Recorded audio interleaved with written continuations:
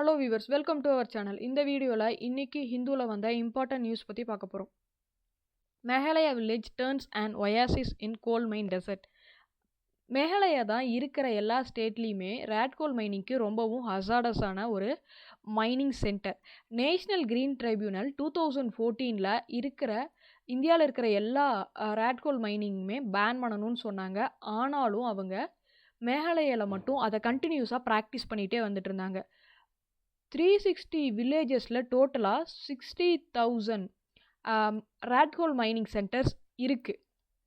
இப்போது அந்த வில்லேஜில் இருக்கிற யங்ஸ்டர்ஸ்லாம் சேர்ந்து பிளான்ட் சாப்ளிங்ஸை அந்த பாத்வேஸில் நட்டுட்டு வைக்கலாம் அப்படிங்கிறாங்க. இதனால் அந்த ரேட்கோல் மைனிங் அந்த ரேட்கோல் மைனிங்கோட நம்பர் வந்து குறைஞ்சிட்டு வரும்.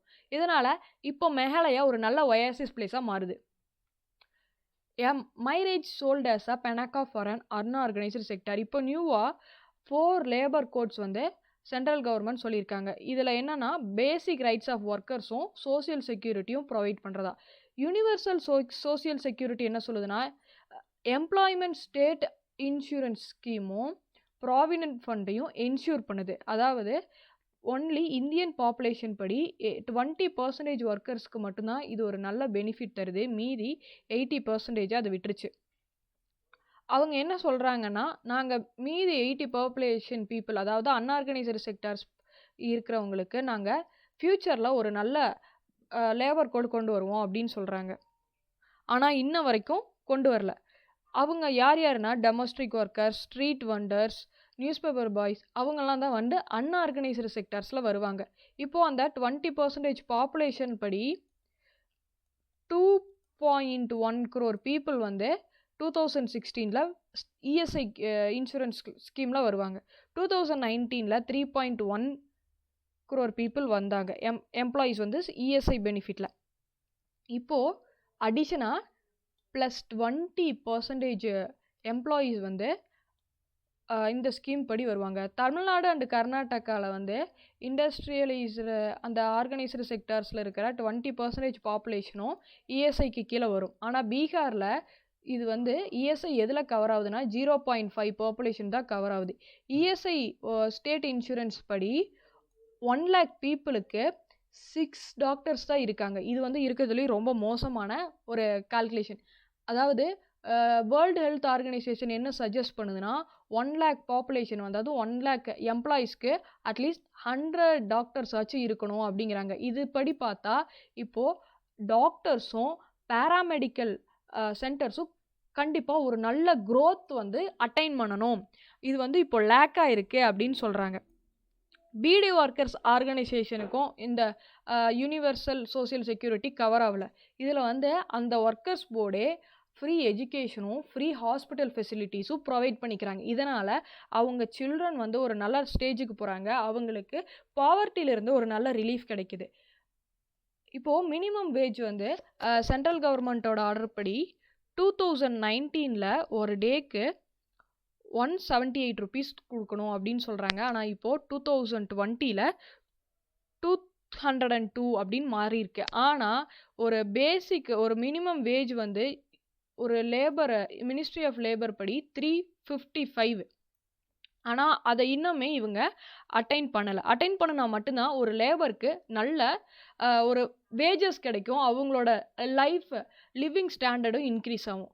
கன்க்ளூஷன் வந்து இவ்வளோ லேபர்ஸ் லாஸ் வந்தும் இன்னும் அன்ஆர்கனைஸ்டு செக்டார் ஒர்க்கருக்கு ஒரு நல்ல ஸ்டாண்டர்ட் ஆஃப் லிவிங் வந்து கிடைக்கல. எக்ஸால் த டார்க்னஸ். அதாவது ப்ரெஸ் கவுன்சில் ஆஃப் இந்தியாவோட இது ஒரு ரிப்போர்ட் படி கவர்மெண்ட் வந்து வேரியஸ் குவார்ட்டர்ஸ் வந்து அவங்களுக்கு இஷ்யூ பண்ணியிருக்காங்க. இதில் foreign content in Indian news paper அப்படின்னா ஒரு ஃபாரின் கண்டென்ட், அதாவது ஃபாரினில் நடக்கிற இம்பார்ட்டன்ட் நியூஸ் இந்தியன் நியூஸ் பேப்பரில் போடணும்னா அந்த ஃபாரின் கண்டென்ட்டை எழுதின ரிப்போர்ட்டர், எடிட்டர், அந்த நியூஸ் ஆர்டிக்கல் நேம் அப்படிங்கிற எல்லா டீட்டெயில்ஸும் கண்டிப்பாக அந்த இந்தியன் நியூஸ் பேப்பரில் போட்டிருக்கணும் அப்படின்னு சொல்கிறாங்க.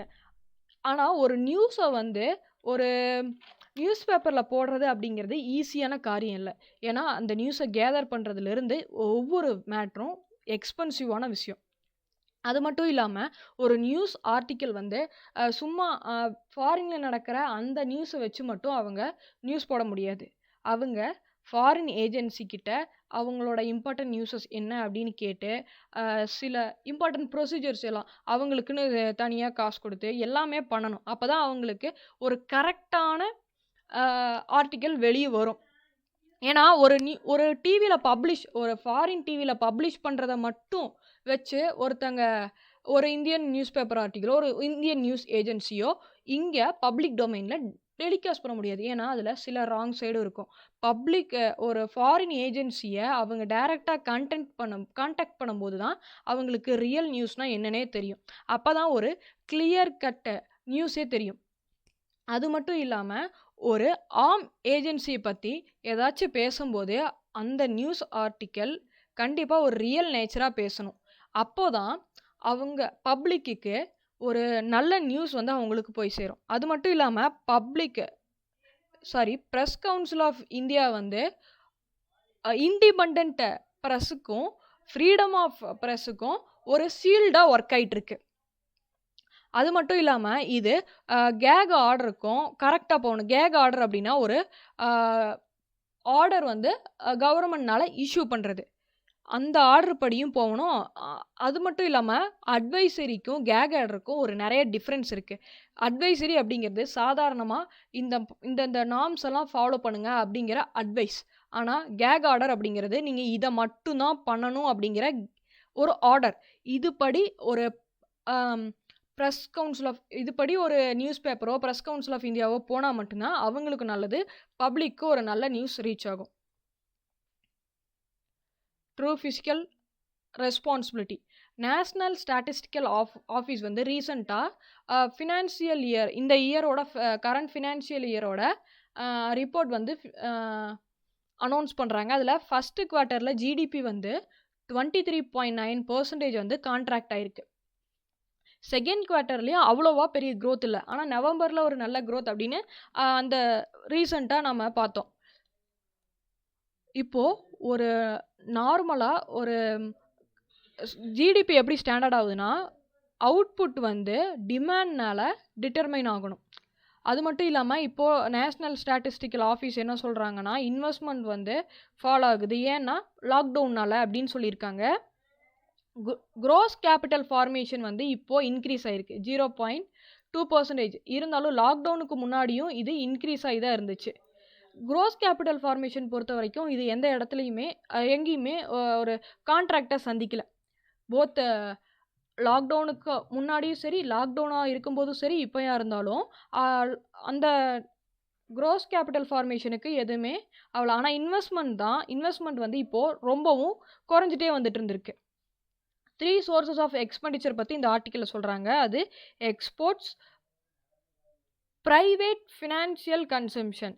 இதில் பார்த்தீங்கன்னா எக்ஸ்போர்ட்ஸுக்கும் ப்ரைவேட் ஃபினான்ஷியல் கன்சம்ஷனுக்கும் ஃபஸ்ட்டு குவார்ட்டர்லேயே இன்க்ரீஸாக தான் இருந்துச்சு. ஃபஸ்ட்டு குவார்ட்டர்லேயே எக்ஸ்போர்ட்ஸும் ப்ரைவேட் ஃபினான்ஷியல் கன்சம்ஷனும் இன்க்ரீஸாக இருந்துச்சு. ஆனால் கவர்மெண்ட் ஃபினான்ஷியல் கன்சம்ஷன், அதாவது பப்ளிக் ஃபினான்ஷியல் கன்சம்ஷன் கண்டிப்பாக கான்ட்ராக்டே தான் சந்திச்சிட்ருக்கு. இப்போ கூட கான்ட்ராக்டே தான் சந்திச்சிட்ருக்கு. இப்போது நம்ம இந்த ஆர்டிக்கல் என்ன சஜஸ்ட் பண்ணுறாங்கன்னா, இப்போது ஃபிசிக்கல் பாலிசியை வந்து நம்ம ஃபோக்கஸ் பண்ணல அப்படின்னா ஒரு டீஸ்டெபிளைஸ் எக்கனாமியாக மாறிடும். அதனால் ஃபிசிக்கல் பாலிசியை ஃபோக்கஸ் பண்ணினா மட்டும்தான் நம்ம பழைய கண்டிஷனுக்கு வர முடியும் அப்படின்னு சொல்கிறாங்க. Hampi chariot can't be touched. இதில் இம்பார்ட்டன்ட் என்னென்னா ஹம்பி அப்படிங்கிறது விஜய விட்டாலா டெம்பிள் இருக்கிற பிளேஸ். இது வந்து ஒரு யூனிவர்சல் வேர்ல்டு ஹெரிட்டேஜ் லிஸ்ட்டில் இருக்குது. அது மட்டும் இல்லாமல் டூரிஸ்ட்னால மோஸ்ட் விசிட்டட் ஸ்பாட்ஸ் அப்படிங்கிற பேரும் வாங்கியிருக்கு. இந்த ஹம்பி அப்படிங்கிறது ஸ்டோன்ஸ்னாலேயே பில்ட் பண்ண ஒரு பிளேஸ். இந்தியாவில் டோட்டலாக 3 ஃபேமஸ் ஸ்டோன் சேரியட்ஸ் இருக்குது. சேரியட்ஸ் அப்படின்னா கல்லால் ஆன ரதங்கள்.